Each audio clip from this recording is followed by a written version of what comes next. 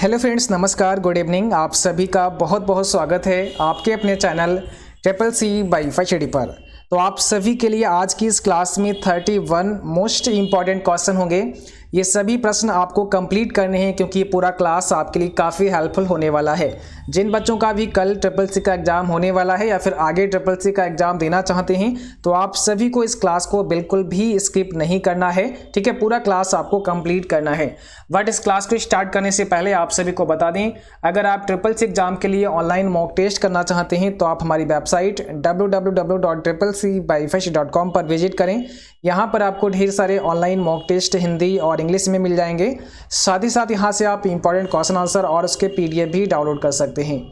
इस वेबसाइट का लिंक नीचे डिस्क्रिप्शन बॉक्स में दिया गया है, जहां से आप विजिट कर सकते हैं। और यहां पर ढेर सारे मॉडल पेपर दिए गए हैं, तो आप यहां से बारी बारी से सभी मॉडल पेपर कर सकते हैं ताकि आप सभी की बेहतर प्रैक्टिस हो सके। ठीक है, तो चलिए स्टार्ट करते हैं। जो भी बच्चे क्लास में आ चुके हैं आप सभी शेयर कर दो और कोशिश करना है कि आज इस 31 की क्लास में, यानी कि आज के जो क्वेश्चन होंगे वो 31 होंगे, तो यहाँ पर आपको सभी प्रश्नों के सही जवाब करने हैं। ठीक है, चलिए आज का देखिए पहला क्वेश्चन आपके सामने है। आपको बताना है आपके कंप्यूटर को अन्य कंप्यूटर से कनेक्ट करने में सक्षम बनाता है। कौन बनाता है आपको आंसर करना है। वीडियो कार्ड है, नेटवर्क इंटरफेस कार्ड जिसे NIC के नाम से जानते हैं, साउंड कार्ड है या नन ऑफ द अबव है। आज के क्वेश्चन सभी बहुत ही छांट करके आपके लिए रखे गए हैं, इसलिए एक एक क्वेश्चन को आपको समझ कर चलना है क्योंकि ये 31 मोस्ट इंपॉर्टेंट क्वेश्चन आपके लिए होने वाले हैं। ठीक है, और जैसा कि आज आपके लिए 100 क्वेश्चन की क्लास होने वाली थी बट किसी कारण से नहीं हो पाई, लेकिन कल शाम को आपको 100 क्वेश्चन की क्लास मिलेगी। तैयार रहना है सभी बच्चों के लिए। ठीक है, कल शाम को आपको 100 क्वेश्चन का पूरा मॉडल पेपर मिलेगा। आपके कंप्यूटर को अन्य कंप्यूटर से कनेक्ट करने में सक्षम बनाता है नेटवर्क इंटरफेस कार्ड जिसे NIC के नाम से जानते हैं। नेटवर्क इंटरफेस कार्ड याद रखना है सभी बच्चे। ठीक है, अगला क्वेश्चन देखिए, क्वेश्चन नंबर 2 और आपको बताना है SMPS का पूरा नाम क्या होता है। SMPS का पूरा नाम क्या है। चलिए देखते हैं कौन कौन बच्चे इसका सही जवाब भेजेंगे। SMPS का फुल फॉर्म क्या होता है। जो भी बच्चे क्लास में आ चुके हैं आप सभी शेयर करो ताकि और भी बच्चे और भी साथी इस क्लास को ज्वाइन कर सकें। ठीक है, तो सभी साथी ज़्यादा से ज़्यादा क्लास को शेयर करें क्योंकि ये सभी क्वेश्चन 31 आपके लिए काफ़ी इंपॉर्टेंट हैं, आपके ट्रिपल सी एग्जाम के लिए काफ़ी इंपॉर्टेंट हैं। यहाँ पर हो जाएगा स्विच्ड मोड पावर सप्लाई। याद रखना है स्विच्ड मोड पावर सप्लाई आपका सही जवाब है। अगला क्वेश्चन देखिए, भारत में पहला कंप्यूटर कहाँ स्थापित किया गया था। भारत में पहला कंप्यूटर कहाँ स्थापित किया गया था बताइए। भारतीय प्रौद्योगिकी संस्थान दिल्ली, भारतीय विज्ञान संस्थान बेंगलोर, भारतीय सांख्यिकी संस्थान कलकत्ता या फिर उपरोक्त में से कोई नहीं। यहाँ पर सही जवाब है ऑप्शन सी, भारतीय सांख्यिकी संस्थान कलकत्ता। ऑप्शन नंबर सी आपका राइट है। क्वेश्चन नंबर देखिए नेक्स्ट में पूछा है कंप्यूटर स्क्रीन में किसी छवि में निम्न में से कौन सी छोटी इकाई है ना। विच of the following is the smallest unit in an image on a computer screen. Unit होगा पिक्सल, अरे, नन ऑफ दीज। आपका राइट आंसर कौन सा होगा। क्वेश्चन नंबर 4 आपके सामने है और यहाँ पे पूछा गया है कंप्यूटर स्क्रीन में किसी छवि में निम्न में से कौन सी छोटी इकाई है, तो जिसे कहते हैं पिक्सल। ठीक है, छोटी इकाई क्या होती है, पिक्सल होती है किसी तस्वीर में, तो ऑप्शन आपका V करेक्ट है। चलिए क्वेश्चन नंबर 5 देखिए, किस प्रकार का माउस लेजर किरणों का उपयोग करता है। वेरी इंपॉर्टेंट क्वेश्चन आपके लिए है, किस प्रकार का माउस लेजर किरणों का उपयोग करता है। ठीक है, आपको बताना है मैकेनिकल माउस है, ऑप्टिकल माउस है, चुंबकीय माउस है या फिर सामान्य माउस है। इसमें राइट आंसर करना है सभी बच्चों को। क्या होगा आपका क्वेश्चन नंबर 5 आपके सामने है, तो यहाँ पे सही जवाब है ऑप्टिकल माउस है ना। राइट आंसर है ऑप्टिकल माउस है। क्वेश्चन देखिए नेक्स्ट, वह डिवाइस कौन सी है जो किसी कंप्यूटर सिस्टम में बाहर से जुड़ी होती है या जोड़ी जाती है। वह डिवाइस कौन सी है जो किसी कंप्यूटर सिस्टम में बाहर से जोड़ी जाती है। आपका आंसर यहाँ पे क्या होगा। क्वेश्चन नंबर 6 आपके सामने है, तो जल्दी से बताना है सभी बच्चों को।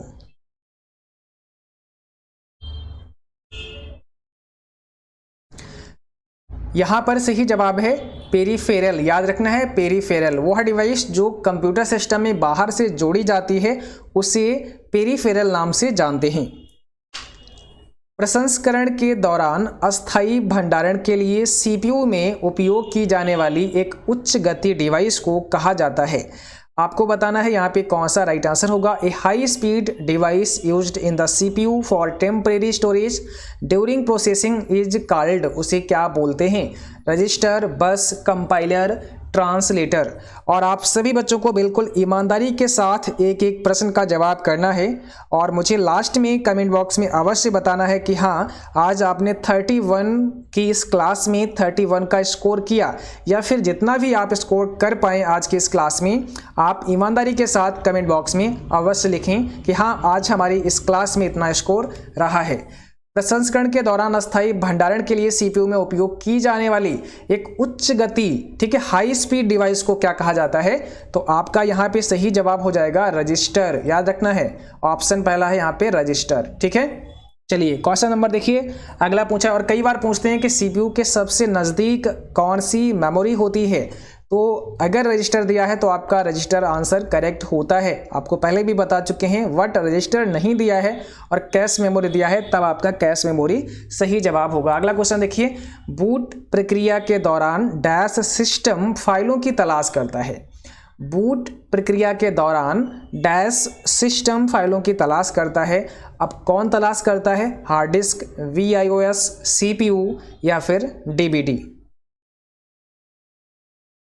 बताइए। क्वेश्चन नंबर 8 आपके सामने है, और अगर अभी तक आप लोगों ने क्लास लाइक नहीं किया तो प्लीज़ सभी बच्चे क्लास को लाइक जरूर करें। ठीक है, तो यहाँ पर हो जाएगा VIOS। VIOS का मतलब होता है basic input output system. Question number 9 में पूछा है, एक कंप्यूटर प्रोग्राम जो संपूर्ण स्टेटमेंट को एक ही बार में मशीन भाषा में बदल देता है उसे क्या कहते हैं? A computer program which converts the entire statement into machine language at a time, what is it called? उसे क्या कहते हैं ये बताना है। यानी कि एक कंप्यूटर प्रोग्राम जो संपूर्ण स्टेटमेंट को एक ही बार में मशीन भाषा में बदल देता है उसे किस नाम से जानते हैं? और आप सभी बच्चों को पढ़ा चुके हैं, ठीक है, आपको पता होगा। तो यहाँ पर क्या हो जाएगा? कंपाइलर हो जाएगा। देखिए कंपाइलर और इंटरप्रेटर ये दोनों लैंग्वेज ट्रांसलेटर हैं, दोनों high level to machine code में कन्वर्ट करते हैं। कंपाइलर एक ही बार में पूरा स्टेटमेंट पढ़ लेता है और उसको कन्वर्ट कर देता है, लेकिन इंटरप्रेटर क्या करता है? एक बार में एक ही स्टेटमेंट पढ़ता है और उसे कन्वर्ट करता है मशीन कोड में। ठीक है, तो जहां पर ऐसा आए कि एक ही बार में, मतलब एक कथन को एक बार में कन्वर्ट करता है तो इंटरप्रेटर हो जाएगा, और संपूर्ण कथन को, ठीक है, अगर एक ही बार में ट्रांसलेट कर देता है तो कंपाइलर हो जाएगा। ऑप्शन बी, तो यहां पे कंपाइलर आपका राइट आंसर है। लिब्रे ऑफिस इम्प्रेस में अधिकतम जूम कितना बढ़ा सकते हैं? आपसे पूछें कि maximum zoom size Libre office impress में आप कर सकते हैं, तो मैक्सिमम कितना कर सकते हैं? ये सभी जूम साइज आपको पता होने चाहिए, और एक स्क्रीनशॉट हमने टेलीग्राम पर भी भेजा था, आप लोगों ने पढ़ा होगा, नहीं पढ़ा तो दोबारा से भेज देंगे, आप उसे पढ़ लेना, उसमें सारा कुछ दिया गया है। ठीक है, तो यहाँ पर हो जाएगा 3000% आप मैक्सिमम जूम साइज कर सकते हैं। मिनिमम की बात करें लिब्रे ऑफिस इम्प्रेस में तो मिनिमम 5% कर सकते हैं। याद रखना है, नोट कर लो चाहें तो, लिब्रे ऑफिस इम्प्रेस में मैक्सिमम जूम साइज 3000%, मिनिमम 5%। अगर आपसे पूछें लिब्रे ऑफिस कैल्क में तो नोट कर लो, लिब्रे ऑफिस कैल्क में मैक्सिमम जूम साइज 400%, 400%, और मिनिमम 20%, 20%। ठीक है, और अगर आपसे पूछें लिब्रे ऑफिस राइटर में मैक्सिमम 600% और मिनिमम 20%। याद रखना है, मैक्सिमम 600 और मिनिमम 20%, तो ये नोट कर लेना है आप सभी को। क्वेश्चन देखिए अगला पूछा है, निम्न में अस्थायी मेमोरी का उदाहरण कौन सा है? कौन सा है अस्थायी यानी कि टेम्परेरी मेमोरी का एग्जाम्पल?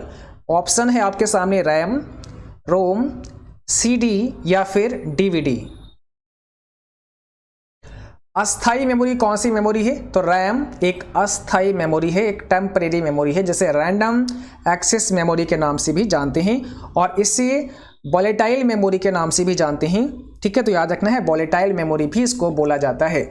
इम्प्रेस प्रोग्राम में नेविगेटर की शॉर्टकट की क्या होती है? ये भी काफ़ी इंपॉर्टेंट प्रश्न है और नेविगेटर का जो क्वेश्चन है ये पिछले एग्जाम में, मार्च एग्जाम में काफ़ी देखा गया है। इसको याद कर लेना, हालांकि बहुत छोटा सा प्रश्न है लेकिन आपको पता होना चाहिए। नेविगेटर ऑन करने की शॉर्टकट की लिब्रे ऑफिस इम्प्रेस में क्या होती है? Control shift F5। Control shift F5 होता है। बट इसके अलावा अगर आपसे राइटर में पूछें या आपसे लिब्रे ऑफिस कैल्क में पूछें तो केवल F5 होगा। क्या होगा? केवल F5 होगा। बट इम्प्रेस में पूछें तो कंट्रोल शिफ्ट F5 होगा नेविगेटर के लिए। SMTP का फुल फॉर्म क्या होता है? SMTP का पूरा नाम आपको बताना है। बताइए क्या हो जाएगा सही जवाब?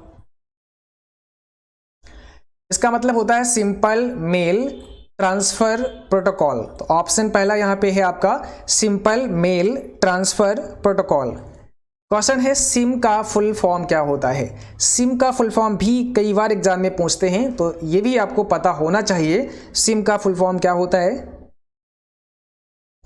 Subscriber identity module. Option number B आपका यहां पे करेक्ट आंसर होगा। क्वेश्चन नंबर देखिए नेक्स्ट में पूछा है निम्न में किस की से प्रोग्राम से बाहर निकल सकते हैं? किस की से आप किसी प्रोग्राम से बाहर निकल सकते हैं? बताइए किस की से आप किसी प्रोग्राम से बाहर निकल सकते हैं? ऑप्शन में शिफ्ट दिया है, कंट्रोल दिया है, स्कैप या फिर नन ऑफ दीज। तो आपको दबाना है स्कैप बटन। ऑप्शन सी, यहां से आप कैंसिल कर सकते हैं ना, ये आपका कैंसिल बटन के समान काम करता है स्कैप बटन। तो किसी प्रोग्राम से बाहर आने के लिए स्कैप बटन प्रेस कर सकते हैं। ठीक है, क्वेश्चन देखिए 16, निम्न में से कंप्यूटर किस भाषा को समझता है? निम्न में से कंप्यूटर किस भाषा को समझता है?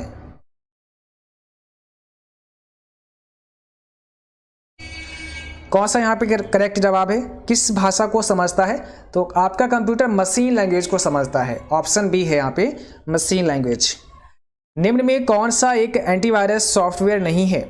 कौन सा एक एंटीवायरस सॉफ्टवेयर नहीं है आपको बताना है। सही जवाब क्या हो जाएगा? Quick Heal, Norton, Python, Avast free. कौन सा एंटीवायरस प्रोग्राम नहीं है? इसमें राइट आंसर है ऑप्शन सी, पाइथन एक लैंग्वेज है ना कि एंटीवायरस प्रोग्राम। बाकी सभी एंटीवायरस प्रोग्राम है। क्वेश्चन देखिए नेक्स्ट में पूछा है निम्न में कौन सी इनपुट और आउटपुट डिवाइस दोनों हैं? Which of the following are both input and output devices. दोनों हैं, आपको बताना है। Printer, fax machine, monitor, none of these. इनमें इनपुट और आउटपुट दोनों कौन सी डिवाइस हैं? तो यहां पर सही जवाब है फैक्स मशीन, ऑप्शन बी।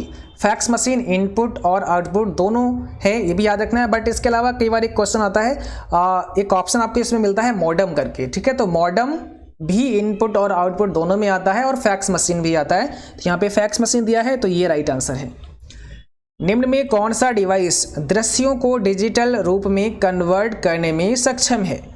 कौन सा डिवाइस दृश्यों को डिजिटल रूप में कन्वर्ट करने में सक्षम है? आपका यहां पे सही जवाब क्या है?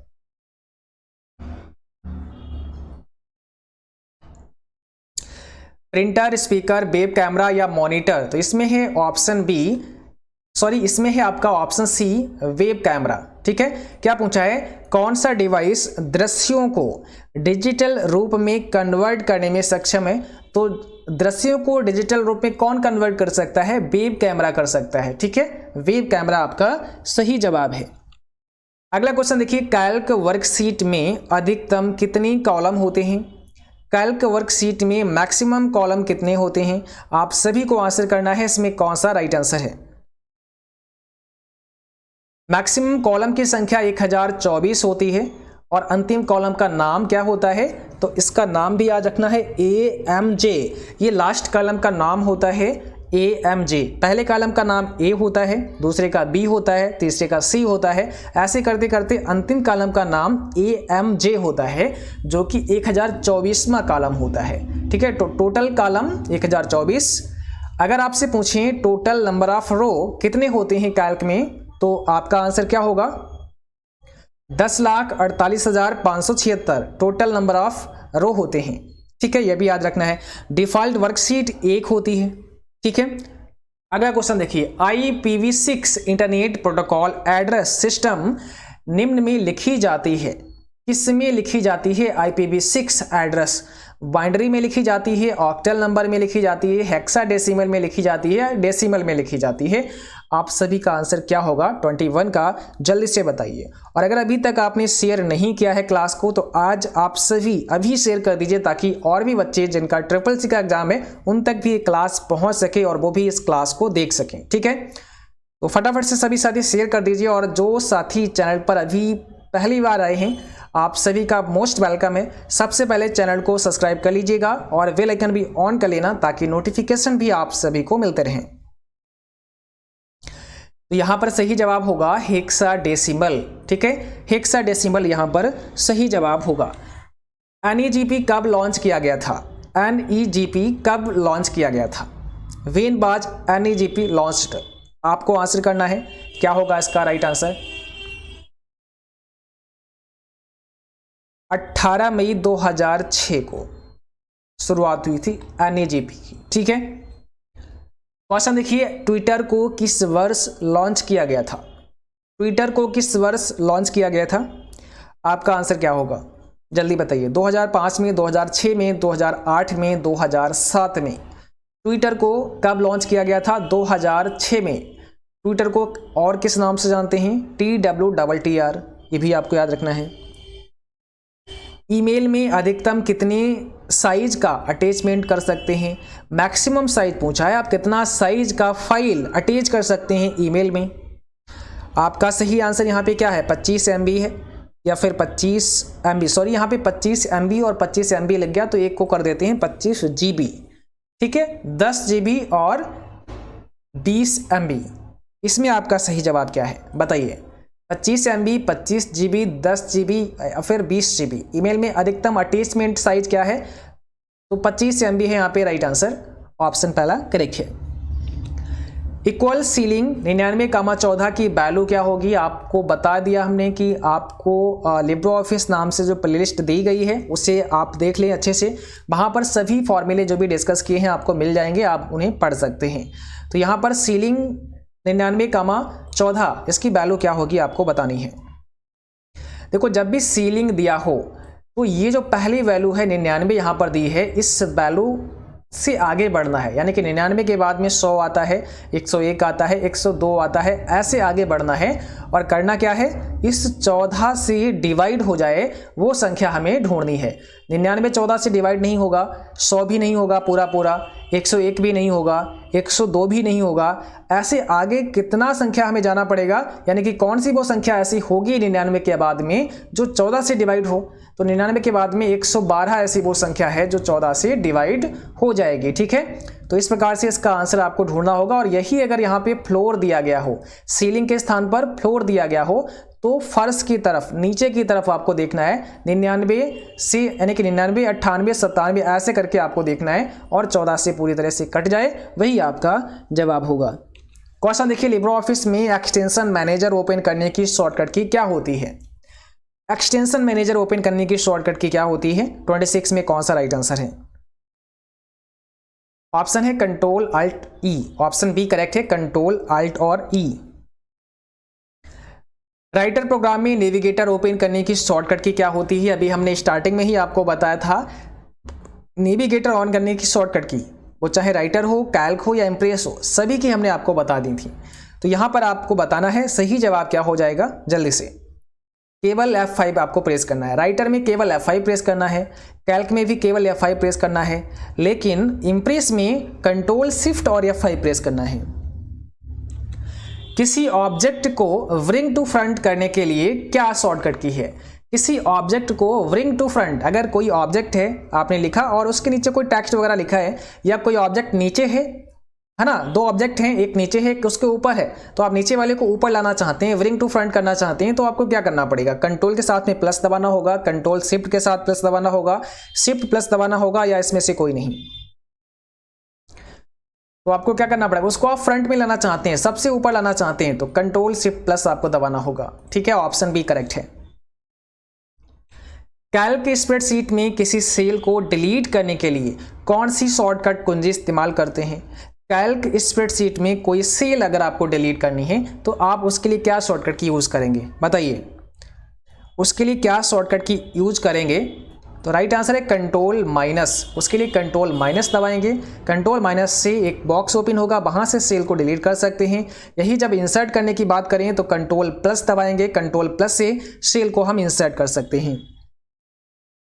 लिब्रियोफिस इम्प्रेस में किस व्यू में केवल टेक्स्ट ही दिखाई देता है? किस व्यू में केवल आपको टेक्स्ट मिलता है, बाकी कुछ भी नहीं दिखेगा, ओनली टेक्स्ट आपको दिखेगा? किसमें? लिब्रियोफिस इम्प्रेस, जो कि आपका एक प्रेजेंटेशन प्रोग्राम है जिसमें आपने कोई इमेज वगैरह लगाया होगा तो नहीं दिखाई देगा, कोई बैकग्राउंड कलर नहीं दिखाएगा, केवल आपको टेक्स्ट नजर आएगा। मास्टर व्यू में आएगा, नॉर्मल, आउटलाइन, नोट्स में, किस में आएगा भाई बताओ जल्दी से? तो यहां पर सही जवाब होगा आउटलाइन व्यू। ठीक है, आउटलाइन व्यू में केवल आपको टेक्स्ट ही नजर आएगा। ठीक है, और अंतिम प्रश्न आपसे पूछा है इम्प्रेस में कितने प्रकार के चार्ट डाल सकते हैं? कितने प्रकार के चार्ट आप इम्प्रेस में डाल सकते हैं? बताइए यहां पे कौन सा राइट आंसर है? जल्दी से, 31 आपके सामने है। तो 10 प्रकार के चार्ट आप डाल सकते हैं। चार्ट कहां से डाल सकते हैं? इंसर्ट मेनू में जाकर के आप चार्ट इंसर्ट कर सकते हैं। और आज की क्लास बस यहीं तक थी। ठीक है, दूसरा, जिनका भी कल एग्जाम है, आप सभी जो भी क्वेश्चन आपको याद रहे अपने प्रश्न हमें जरूर भेजें। प्रश्न आप हमें मेल कर सकते हैं info.cccbyfirstdegree@gmail.com पर, या फिर हमें व्हाट्सअप कर सकते हैं। ठीक है, 9452299436 पर, 9452299436 पर हमें व्हाट्सएप से अपने क्वेश्चन भेज सकते हैं। और अगर अभी तक आपने हमें इंस्टाग्राम पर फॉलो नहीं किया है तो इंस्टाग्राम पर फॉलो कर सकते हैं और वहां पर भी अपने क्वेश्चन हमें भेज सकते हैं। जो भी आपको याद रहे आप हमें जरूर भेजें। तो आज के लिए बस इतना ही, और जिनका भी कल एग्जाम है आप सभी को हमारी तरफ से best of luck, all the best. उम्मीद है कि आप सभी का एग्जाम बहुत अच्छा होगा। तो आज के लिए बस इतना ही। Thanks for watching, thank you, good night to all, bye bye.